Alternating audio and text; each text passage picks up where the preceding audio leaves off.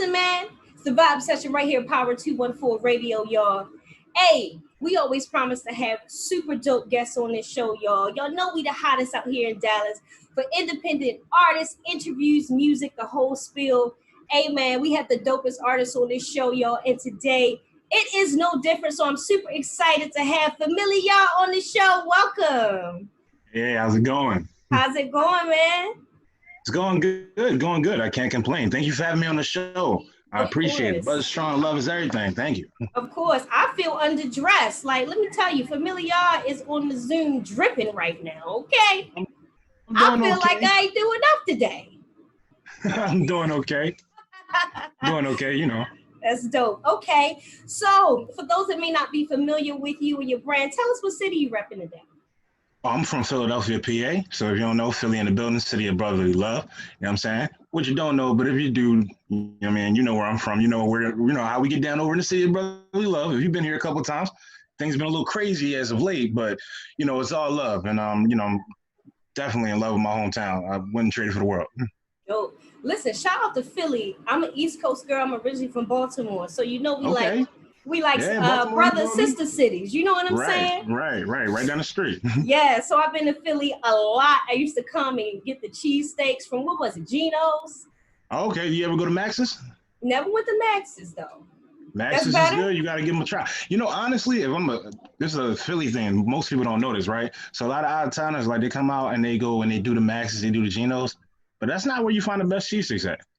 Oh, wow. Look, and you don't believe me, ask any person from Philly, but they tell you, you're better off going to a Poppy Store or one of them pizza places. You'll get a better cheesesteak than you get over there, and that's true. Wow. Ain't that like the homemades, man. They're definitely a lot better. So see, the next time I come, I'm gonna have to hit you up and be like, yo, where I need to go? Where do I need to go? Because y'all cheesesteaks is not a game.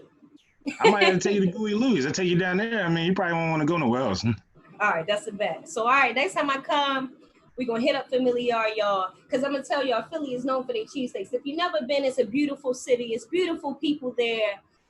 And for me, I love Philly because there's so much dope music. Like, people don't realize how much of a music city Philly has been over the years, whether it's the soul side of things. I think it's like Jill Scott and Roots Crew from Philly, and I think Music Soul Child is from Philly. Like, y'all be really pumping them up. Like, you really keep going. There's a lot of names. A lot of people only know Meek, but they don't really understand. Like, okay, you have what was it? I don't want to mess up their name, but there's an old school group that I actually knew the guy, and he actually sung in this famous group. I Always Love My Mama. You know what I'm talking about? What's the name of that group? I Always Love My Mama. Old school. I always love my mama. She's my favorite girl. I know the song, but the artist it's on the tip of my tongue. I know the song though. Yeah, but that group's actually from Philadelphia as well. There's a lot of musical Jasmine Sullivan. Like, it keeps going. The list is very wide. Flowetry. Like, it gets real. It's a big city for culture, y'all. So shout out to Philly. Like, been there so many times. So Philly, has a special place in my heart. So shout out to y'all. Okay, dope. I can get with that. It's lit. So, all right, you from Philly. It's a lot going on in the world right now, right? It's like COVID is happening, and then now they're saying like it's a spike in cases in all these different cities. How are you like managing through COVID, and how do you feel about a potential second wave? I'm gonna be honest with you. And I hear this a lot. Like, people ask me that a lot. They like, man, because I'm still releasing, and they still see me in the studio, and I'm still, going from place to place and doing certain things. The whole COVID thing hasn't really affected me, like, personally, as far as how I move, because like I'm so embedded in music. Like, everything that I had going is still moving. You know what I mean? Thankful that didn't shut down, and we were able to still keep moving, move forward the process of the album. But I have known some people who have caught it. I have known some people who have passed away from it. So, for all those who might think it's, not real, it's real, I wouldn't say it's really affected my life so much. It's affected my family life. You got, you're distant, you can't see your family, things like that.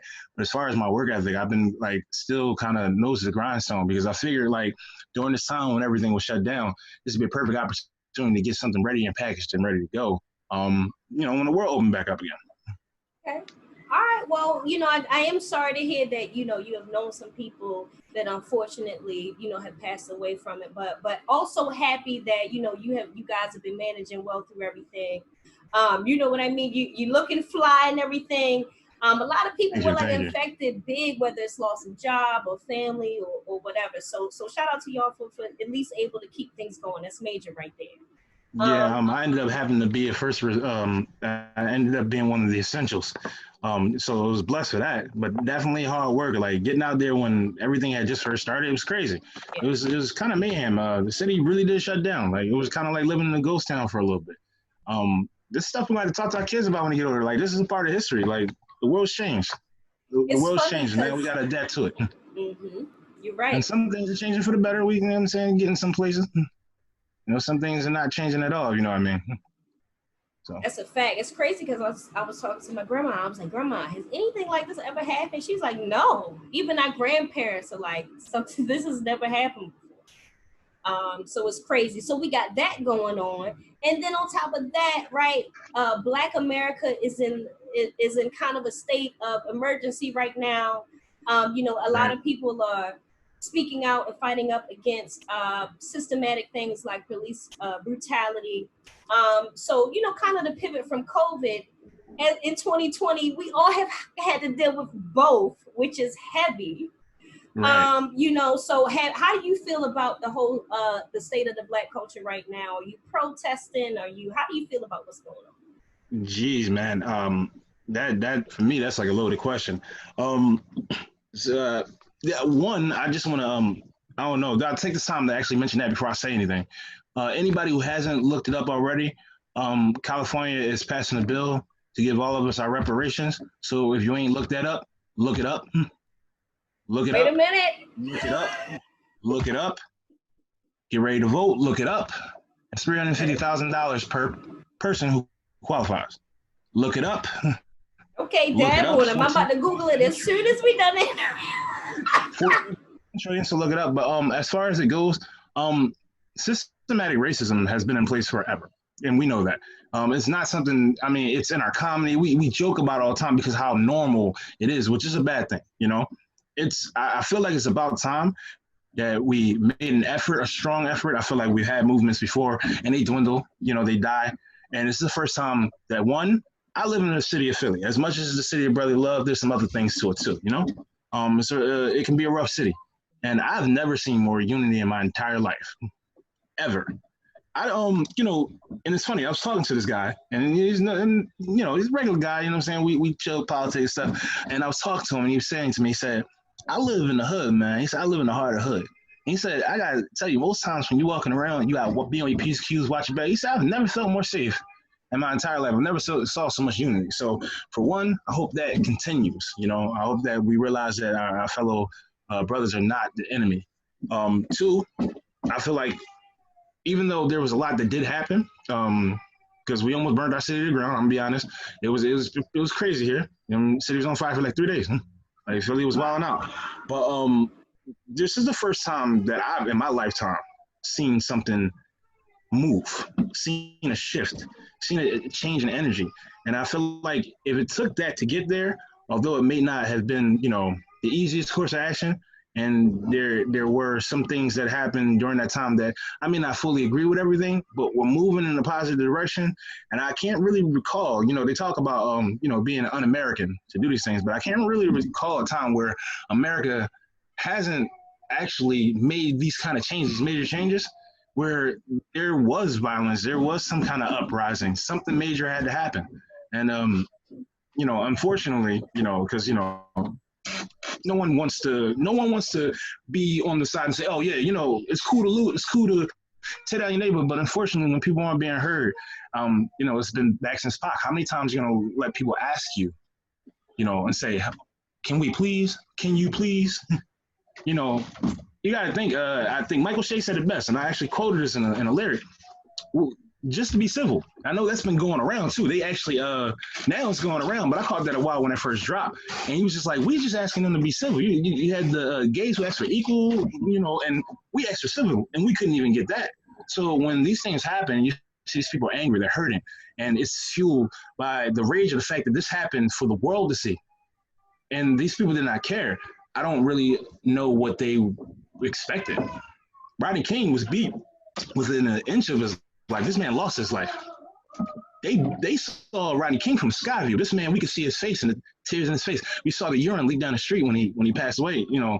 And again, you know, rest in peace to George Floyd, and my condolences to his family for the loss. But there's so many situations like this that happen on a regular basis that it's like, when's enough? When are we going to, one, stop looking at each other as the enemy and systematically build for ourselves? I mean, it doesn't mean that we retreat completely, because there are things in the system that need to change that we need to change. But then after that, we need to look to each other to build. I mean, they burned out all these places. Now, these businesses, they're going to collect insurance money, and they're going to run. You're going to try to find a place where it won't happen again. What happens to the land that's done afterward? As people who are in that community, we complain about how people treat us in our communities. But if we owned our community, they can't treat us any kind of way. So, you know, if anybody can hear this again, those places, if you're responsible for that, if you took action and you decided to be an arsonist and burn something down, make sure you put some money into buying that back, so that way your community has it. So that way you don't end up in that situation where you want to burn down the community again, because it'd be something that you own stake in. And I mean, that's what I really have to say for that. I'm sorry.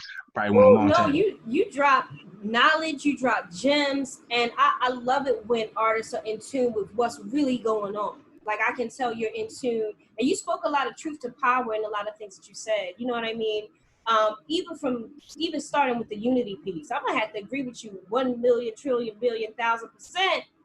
I've never seen us unite in this way in my lifetime, where people are actually like, listen, we need to stop playing and really come together. You know, some of them we might lose, or some of them that may not get it.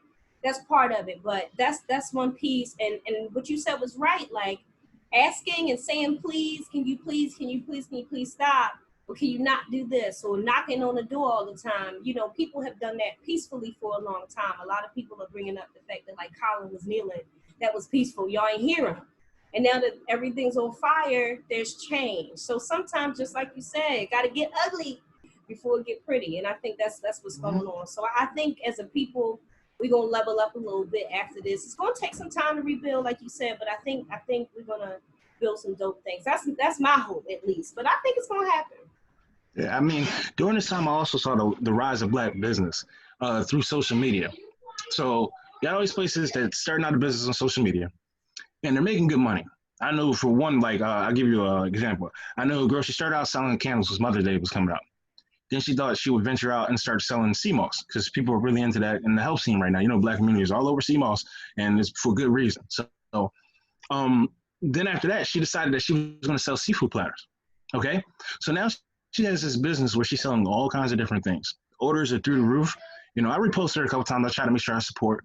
But what I noticed about that is she's not the only one. There's so many Black entrepreneurs that took advantage of this time where everybody was home and used the marketing on social media to advertise, to build businesses, that now, when they're making this money, the only thing I implore them to do is look out for the spaces that just opened up near you that are going to be dirt cheap. Because after they go ahead and fix those spaces and, you know, tear them up, mark them up, those places are going to be dirt cheap because of what happened there. And, you know, they say, oh, property value's down. Good, now buy it. Now that it's down, buy it. You own it, and we'll come buy from you. The other day, I was down on 40th in Lancaster. I don't know if you've been around Philly, but that's over in West Philly. And I took a look at the stores around there. And I was hungry. So I took a look at the stores. And, you know, I said, I'm going to take initiative because the change starts with you. So I was in front of, you know, normal poppy store. You know how we do. You know, you from Baltimore, so you know how the poppy stores are. Okay. You know the vibes. You know the vibes. Right. So I was standing out front and I looked at it. I said, nah, let me use my eyesight and try something different. And no more than 30 paces away, turned around the corner, and there goes 2 Black-owned businesses next door. Jamaican spots. Food was bomb. I paid a little extra, but I didn't mind because I knew where the money was going. And sometimes it's the sacrifices that we have to make. We understand that, like I was hearing this earlier, we understand that supermarkets, you can't really just cut off the supermarkets. You're not growing your own food. But you can choose where you're getting your fast food from. You can choose what stores you're getting your clothes from. You can choose the vendors in which you get your hair care products or where you get your body wash. Small things like that will be able to boost our community, not only boost our community, but also send a message to the communities that are not respecting us, but respecting our dollars. I don't want to get too far off topic. I know I've been. Oh no, this conversation is needed. This conversation is needed, and I'm gonna get behind what you said 1,000%. Just those little change, because I'm trying to do those myself. The little changes, like if I can, I'll be like, oh, let me go support this person, or if it's a household item or something that I need, and I know somebody that's selling it or that has a business in that, I'm trying to move more towards that than just doing everything kind of at a global corporation, just spend your money wherever type of thing. So I think that's going to happen a lot, and I'm excited to see what that does. So listen, man, if y'all just tuning in, we are having some dope conversation right now about the state of the culture with Famili-R. We live right now from Power 214 Radio in Dallas, Texas, y'all. So we chopped it up. So Famili-R, for those that may not be familiar with your music, your brand, your style, your swag, tell us a little bit about yourself as a rapper and as an artist. All right, I'm gonna take you back. Then I'm gonna bring it up some. I started rapping when I was 6 years old. Now I'm 29. I started rapping when I was 6. My dad was a rapper, my second generation. Okay. I watched him practice with his group called Crematory in the basement. They were signed by Diamond Records, and I used to watch them practice all the time for their shows. So after a while, I got to school and wanted to be cool, you know what I'm saying? New kids at school, we had just moved. And I told the kids I could rap. I couldn't, but my dad could, so I would spit his raps. It was like, oh man, you dope. And I had learned all my dad's like raps that he would practice at home, which was about like 5 or 6 of them for the shows they were doing. They had like 5 or 6 singles or out at the time, and I was learning them. But after that, they were like, yo, spit something new. And I was like, I don't really got nothing new. So it forced me to start writing. And that's when I started. You know, from there, a couple years later, I think when I was like maybe getting out of high school, I wanted to take it serious. I was always a battle rapper. I would battle you, and that's what I did. You know what I'm saying? I didn't have the versatility then. I sat down with my dad because I was getting out of school, and it was about time to go to college, and said, yo, Dad, I want to take this music thing serious. He's like, well, if you do that, then you're not ready yet. You gotta stop everything because you're not versatile. He just said it to me plain like that. I was like, huh? He was like, yeah, like he's like, when I rapped about hardcore, but it was cool to stay in one lane at one time. He said, if you really want to make it big, you need to be able to do more than just rap about hardcores and battles and stuff like that. You gotta be able to rap about life. You gotta rap about love, struggles, you know, things that are going on, politics. You gotta really expand. So it kind of stopped me dead in my tracks, and then I dropped. It took like 6 months for me writing. It took a long time to burn my brain, but I dropped a project called Not by the Cover. It sold 5,000 copies hand in hand. I was out there on corners giving them out to people. Yeah, it's on. Still on that pivot. If you want to go check some of my really old work out, you can definitely check that out. Okay. And then from there, it just kind of grew. I've done performances at King of Diamonds in Miami, Club Live, Wells Fargo Center here in Philly, TLA, Voltage. Like I've been to Delaware, New York performing. I've been to a couple of places performing for a while. And I think maybe in the last 2 years, I've set everything else aside because if you're an artist and you're out there, you know what I'm talking about. At some point in time, you got to sit it down and say, this is really what I'm going to do, which means you got to put everything else behind it. I know there's some artists out there who know what I'm talking about, where you're living 2 lives and you're doing 2 things at the same time trying to make it work. And it's not a bad thing, but at some point now the music has to take a forefront. So about a year and a half ago, I started, going towards the forefront. I just dropped the album last November, The Unexcused Absence. That's streaming on all platforms. The single from there is Trust Issue. Had some radio play during that. And like, honestly, I've been all over. I've been a CEO of a Section 215 entertainment company. We actually were responsible for Ty Dolla $ign's first show in Philly. Rick Ross's album release party in 2014 in Miami. That was us too. Like, so I've been around, I've been working, I've been, silently behind the scenes. I started, really getting my break kind of behind the scenes, and now I'm kind of working to push the music forefront. You've been like working. You're not playing no games with it. That's really dope being indie. I mean, a lot of indie artists kind of just find themselves just, doing showcases or trying to figure it out. But the fact that you've been able to accomplish all of those things is really dope being indie, because a lot of indie artists, I've been there before. You get confused, you don't know what to do, you're trying to navigate through. Right. So you definitely been putting in that work, and that's dope. And I heard you mention something that is like so critically important. A lot of the battle and lyrical rappers, they really are so dope, so talented, but it's really a whole different lane. It's not the same as what's going on in hip hop today. And I come from like a lyrical background. And it's crazy because somebody's had that same conversation with me. Are you a dope rapper? But you have to, you know, kind of do things in a certain way so that people, one, can relate to you, and then two, music is different now, you know. So that elevation Yeah. of, a lot of people can't do it. A lot of people can't elevate from battle rap lyrical to actually make a dope record. Many of You know what them it kind is? of fall short, you know. I agree. I agree. And you know what that is? I think it is. And I'm gonna say this. And any rapper who's a battle rapper listening and struggle, tell me if I'm wrong or not. It's the fact that they don't want to get personal. They can get personal with other people's lives. But when it comes to getting personal to you and then having to put that in a song structure, see, having the free ability to throw words at the wall is cool because all your ideas, no matter how wild and uncharacteristic, it's a go. Everything's free range when you are battling rap. I'm sorry, battle rapping. But when you're writing a song, there's structure. There's an accountability. You have to hold yourself to a standard. You have to hold yourself to a subject matter. And then also, you have to still take that same lineage that you use from being a battle rapper and incorporate that, but without the rough edge. See, it's very hard for sometimes for rappers to, one, personally identify with themselves on the track, and two, smooth out the edges. They don't like to smooth out the edges. And that's really where the problem comes in with song structure. It's like, how do I, one, make this so it doesn't sound so harsh because they're so used to screaming. Battle rappers have that when we start, you know how it is. I'm a and you know, crowd got to hear you because there is no mics. You like, I mean, now there's mics, but I'm sorry, back when I was battle rapping, when I was young in my teens, there were no like that camera stuff went out there. We was out there in the street doing that. You was loud for the crowd, and even if you did have a mic, more than likely it was bad and bad receivership. You know how it is when you're playing the dozens. So I think with them, I think the issue is, one, voice control behind the mic. I don't think a lot of them, like I know some battle rappers personally, and they don't like the way they sound when they're trying to make a song because they're so used to that kind of projection where you got to find your inner rapper. You got to find that person who's now the commercial rapper, the person that is going to make songs that everybody can identify. You're not in the ring trying to bite somebody's head off. So now your job before was to alienate someone. Now, as a songwriter, your job is to make them identify with you. It's the very opposite.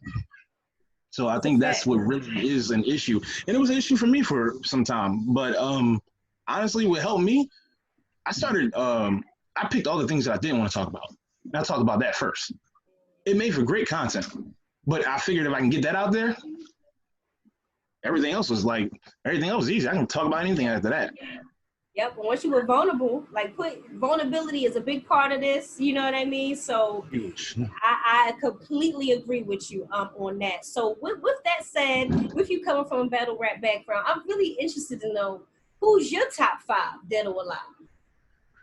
Man, yo, let me tell you. Somebody asked me this the other day, and I was like, yo, it's hard because I got way more than 5. I'm gonna tell you exactly how I told them. I'm a student of hip hop. Like I said, second generation. I watched my dad do it. So for me, at a very young age, I want to learn everything there is about hip hop. I literally can track you back all the way to like Central Street. I can go back to that where the cohort parties and tell you about who was around during that time and what that era brought in and what came after that, like African Bambaataa, all that stuff that comes afterward, the Zulu Nation, all that stuff that like. So when I say top 5, I gotta like bring it down a little bit because I realize that I have top 5s for eras. So as of right now, if I were to do a dead or alive, and I want to say I'll keep it with the current era, like I'm still gonna go old school, but I keep it with current era. You know what I'm saying? Like, because if I start talking about Houdini, people gonna be like, who that? I don't know. I'm hip. Like, yeah, be rocking. Like, and when you in the music and you know your history about music, you know who that is and what that means. Yeah. You know what I'm saying? I say Nightmares of the Night, you gonna know what I'm talking about. Mm-hmm. So but if I could give it, I gotta give Jada, you know what I'm saying? The lyrical beast. Now it's not just because of the fact that I just made that project of his and everything. I'm just saying, like, lyrical beast. I never thought that would happen. So that was pretty cool for me. JC is definitely at the top of one of my list. Only because, and I'll say this, because he's been in the game, and people don't even realize this. You know, he's been in the game for like 33 years. Crazy. And most people don't even realize it. Yes, I mean, at the top, he's considered top of the food chain, and he has been in the game almost longer than the game has been the game. Like, he's only a couple of years behind its creation and still here. There's so many people who came from his era and after his era who are big names and still aren't around. So, you know, I have to give it to him. J. Cole is always going to magically fall in the top 5 no matter who I put in there. Phew. And then I had to give it a Biggie and Pop because you can't misplace them in that top 5. And I don't just say that because of them being Biggie and Pop. I say that because I listen to all the discography and I grew up with that. That's part of my base for hip hop. So here goes. I don't care what nobody say. They always gonna be the goats. They are. I mean, Sky's the Limit has to be one of the blueprints for if you ever wanted to introduce yourself to your audience in the world. Anybody who hasn't heard it, you're up and coming rapper. Maybe you're new and you're not. Maybe you're a little younger. You don't know Biggie's catalog. Look up Sky's the Limit, Notorious B.I.G. album, Life After Death. And if you listen to that song, you will see the blueprint on how to properly introduce yourself and make your audience fall in love with you. It's perfect amount of vulnerability and storytelling. So, I mean, if you're a hip hop buff or if you're a student of the game, I recommend the song. It's a couple minutes of your life that might change it. Absolutely. Listen, shout out to the GOATs, man. Rest in peace to the GOATs. It's a lot of people that we lost in hip hop that have kind of stuck with us. But Biggie and Pac, they're in every hip hop person's heart in one way or another. So they definitely have impacted our culture. Major. Immortalized by the culture. Absolutely. So I heard you mention you had worked with Jada, and I gotta ask about that. So how was that experience for you? That was random. So we didn't work personally together. This was like I was promoting my last album actually, and to be honest, it's a funny story. I was actually promoting because I got in an argument with me and my business partner, and we're talking. I'm like, oh, I can do this with this. I said, it don't even matter what you throw. I can throw up this video right here from back when, and this video will catch. And he's like, you're not going to get a whole bunch of people to latch on that after they've seen it. I said, watch, I get over 100 people to do this and share it. And then I reached out to people. I said, hey, man, you remember the song? If you like it, share it, right? And then I just kind of left a message. And as I was sending it to people on Instagram, and this is all tongue-in-cheek. I'm just doing it while I'm standing there to him. I see Jadakiss' name, so I send it. And I send him the little video clip. And he hits me back like, yo, bro, I love to work with you. I see what you're doing. I love to work with you. I think your music's dope. And I'm like, I look at the blue check, and I'm looking at my phone, my Instagram, and I look at the blue check again, and I'm like, they BSing me. I'm like, nah, man. Like, yeah, all right. And then I stopped. I walked away and everything, stopped and thought about it. Came back to my phone like, in case this is real, let me just hit back and be like, yeah, sure, I like to work. So I was skeptical first couple days. He's like, look, I got this project that I'm coming out with, a series of volumes. Anybody that I think is hot, I want to give them the chance to get the exposure. You can be on the project if you want. I would like you to be on the project. Let me know if you're interested. And I'm like, yeah, sure. Still not believing it until, because I kept telling him, I kept DMing him like, yeah, no problem. Just give me a call. And then we can work it out from there. I'm like, because if I hear your voice, you got an iconic voice. I'm going to know, like, you know what I'm saying? I grew up listening. I'm going to know it's you. You know what I'm saying? In case I'm getting, like, jerked around or something. I thought I was getting punked by one of my friends. But what actually happened was when I kept sending that, like, maybe 2 minutes after the last time I told him to call me, he posted a post and was like, look, it's really me doing this. If you don't think it's me, now you know it's me. Like, I'm doing this. This is the name of the project. This is when it's going to drop. I was like, oh, this is real. This is real. So I headed straight to the studio. I went straight to the studio. I cut the song to the max, and he loved it. And he was like, yo, it's definitely going to project. And from there, we've been in constant contact, talking, and we're working on some things, different promos and things in the future. So stay tuned. You never know what might pop out, but it's definitely been a crazy ride. Since that happened, man, since I dropped the song to the max, everything's been changing. So there's so many things that's happening right now. We're talking to record execs, we're talking to labels, or we're talking to promoters, we're talking to for when shows and venues open back up. Like the track is catching really well, and I'm just appreciating everybody who is spreading the love and spreading the buzz and the vibe. You know what I'm saying? As I always say, I'm sorry, but I'm thinking about it. It's got me overwhelmed because for real, like all right, I'm gonna let you in on something. A little earlier today, I got a call from a friend of mine, and he actually let me know that Atlantic Records was actually interested in the single, and they want to sit down. So it was, like my week has been, Famili-R is lit. Yeah, like not a little bit of lit, a lot of bit of lit. Okay. Like I always say, the buzz is strong and the love is everything. Like I love the fact that people are willing to show love, and he did that off the strength. He sent that to the exec off the strength. He called me and said, "Look, I like your track. I like what you've been working on. I've been watching you. I'm gonna make a phone call for you if you send me a track. He said, send me a track, I'll make a phone call for you. Sent it over, called me back an hour later. He said, look, man, Atlantic's huh? I'm like, yo. So, it means I'm going in the right direction. I'm independent, I'm indie, but it means I'm going in the right direction. It's good to have some feedback, some feedback on what you're doing and that you're doing the right thing. That always feels good. Absolutely. So anybody who's listening, if it happened to you, work hard. You said Period, what? I'm sorry. Just work hard. It can happen to you. Yeah. Don't let up off the gas because you never know who's watching. Like, I wouldn't expect. Uncle Murder hit me up like 2 weeks ago and it was like, yo, like, I really like your music. And I'm like, how did, like, it goes from me posting and making these songs and going to shows constantly. And, as artists, we all know when you're coming and you're moving and you're starting and you're trying to get something going, it's hard sometimes. You get discouraged, you get down. And you never know when an opportunity is going to turn around and be like, and it just flipped. It did. So, man, like, I've been having a crazy past, I guess I could say like 2.5, 3 weeks. Things have, I was already doing well, but things got better. A lot better. Keep your foot on that gas. That's lit. And what you said is so true. I say this a lot. It's a process, you know what I mean? So it's like there's a lot of learning involved. There's a lot of making mistakes, but you can't give up. I say to artists that, come on the show, I'm like, don't ever give up if you really want to do this, because just that consistent pressure, that consistent learning, growing, being a student in the game, it'll position you. But you got to learn from the mistakes you make, and then you actually got to just keep going and growing, and you'll never go wrong. You will always level up some way, somehow, if you always a student of the game. Yeah, it's like you take the bad stuff, you throw it away when it don't work. You take the good stuff, and you find a way to concentrate what you did. Sometimes we do things for no reason at all, and they turn out being one of the best things we did. But like, you just got to pay attention to what it is that you're doing, and then follow that suit. Also, I just want to take the time out, because I'm not a stingy guy at all. I work very hard to do what I've been doing, and the things that are coming, I work very hard for it. But I'm not above teaching it. So if anybody's watching this and you see me on here and you're like, oh, dang, Bull did this, I wonder what he's doing, just hit me up. Hit me on the gram. I answer as my gram. I reply. Hit me on the gram. Hit me on Facebook. My name is all across the board Famili-R. You know what I'm saying? The only difference it may be is it might not be the dash, it be an underscore, because some social media sites don't let you put dashes in it. But if you got any questions as an artist, you need any connections, I'm not above like lending out my connections either, because I feel like the more that you help, the more that you grow. So if you're seeing this and you want to learn something about something, or you see something, I said something that interests you, and you want to know more about it, I'm always down to, just give me a ring. I'm on there.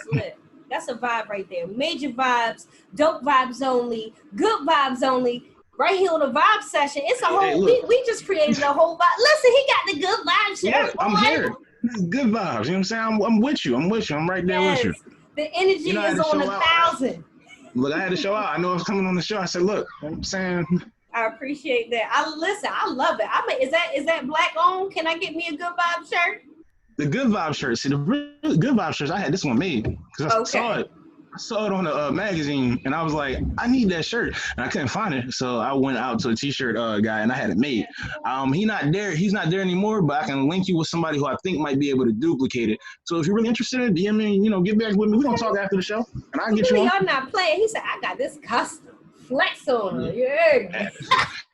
Yeah, no, that wasn't even for the flex though. It was because I liked it so much, and during the time of my life, I was going through a change. I wanted all positive stuff. Like I was like, I just want to be surrounded by it. I said, you put the energy in the atmosphere. You get what you put out. So to me, I was like, if I want positive stuff to come, I need to put that. I need to have that on me. I need to be immersed in positive energy. And since then, things have been turned around. I mean, the law of attraction really works. I agree completely. All right, well, listen, I'm definitely going to hit you up about that. I might be interested in my little good vibe shirt. I love it, y'all. So listen, man, we having such dope conversation with Famili-R today. I hate to even have to bring the interview to a close because we've been having such great conversation, man. But I'm super excited for everything that you have going. You really are going on a great track. You applying pressure. You working with Jada. You got the labels reaching out. You know what I mean? You're doing some major things. And I'm super, super excited to see, what you do. And I would love to collaborate with you on some things. And also, I know people may not be moving around as much or catching planes. But when you can, you got to come down to Dallas, Texas to see us. I was just about to say that. See, I am moving around and I am catching planes. I told you I haven't stopped moving. I'm all over the place. So you might see me a little sooner than you think. Okay, it's lit. It's super lit. Texas, you know? All right, you always welcome, man. You're a friend of the show now, so you always welcome. Absolutely. So I want to get a little bit into this single. We about to premiere it for the people in just a few minutes. But I believe the song is called To The Max. Is that right? It's To The Max. That is correct. So tell us how that joint came about. It's actually featuring on, I told, like, that's the Jadakiss song. So basically when he hit me up and he said, I wanted, I asked him, I said, well, he discovered Pressures, which is on the last project, Not By The Cover. That's streamed on all platforms. I said, do you want this song or can I give you something different? Because I was in album mode. I'm in album mode right now. For those who don't know, also, by the way, I'm kind of leaking this on your show because no one knew. They just thought the single was a single. I'm in album mode. Album's almost finished. It'll be out soon. So The Return is coming. The album's called The Return. This is going to be a dual feature track. It's going to be a part of my album, The Return, but it's actually dropping tomorrow. So you guys are getting the first play for it. I had to get the clearance to make sure I can do that, but you guys get the first play for it, and it's actually dropping tomorrow on the project Who Really Got Bars by Jadakiss, Volume 7. So yeah, by all means, let it rip. I'm excited. Hey, listen, when y'all send me the exclusives, I don't be knowing what to do. I get so excited about that. Hey, man, did y'all hear what Famili-R just saying? We premiering this record with him featuring Jadakiss on the Vibe Session, baby. You know the vibes. Yeah, like I said, like him having the boost on this project. This one's not featuring him. Actually, we were talking about that, but this one is featuring on his project that he's putting out, promoting any artist that he's putting his record out tomorrow. This means I got his stamp of approval on what I'm doing as far as my music. It's my single though, so yeah, definitely though. But I can't wait for you guys to listen to it. I want to see what you think of it. I want to know how you feel. I want to, I need that raw reaction, All right, well look. We're gonna stay on this call while we play it live for the people. I'm gonna check it out in real time, y'all. But I'm super excited for you, man. Keep doing your thing. Keep being great, man. You're so well-rounded, very knowledgeable, but you also got that hustle and that swag. And that's just the perfect combination to be a dope artist and to go really far in this game. So definitely gonna be keeping up with you to see what you do. So before we get out of here and play this record, please one more time, Famili-R, tell the people where they can find you online and keep up with your whole movement. All right. Like I said, I'm on, as far as my music, I'm streaming on all platforms. Now, people have trouble spelling my name a little bit, so I'm going to give it to you. That's Familli-R. Okay. So, again, it's Familli-R. If you're looking for me on social media sites, you can find me on Facebook underneath Famili-R, Unexcused, as in the title of my last album, Unexcused Absent. You can find me on IG under Familli_R. Only thing that changes is the dash goes to underscore. Just drop the dash and make it an underscore, and you can find me on pretty much any social media platform. It's uniform. Same thing with email. You want to book me, you can book me through the email, either at Yahoo or Google. It's Famili-R, no dash with that one, you know what I'm saying? They don't allow dashes for email, you know that, you know what I'm saying?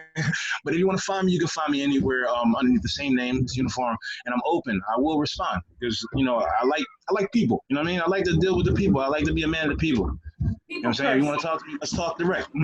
I like that. Okay. Love it. Not mad at that at all. So we're going to go ahead and play the record for the people. You want to introduce it or you want me to introduce it? Oh no, if I could have the pleasure, that would be awesome. Ladies and gentlemen, you're getting to tune into exclusive today, dropping tomorrow on all platforms. Will be the song To The Max by Famili-R. And this is it. Let me know. Buzz Strong, love is everything.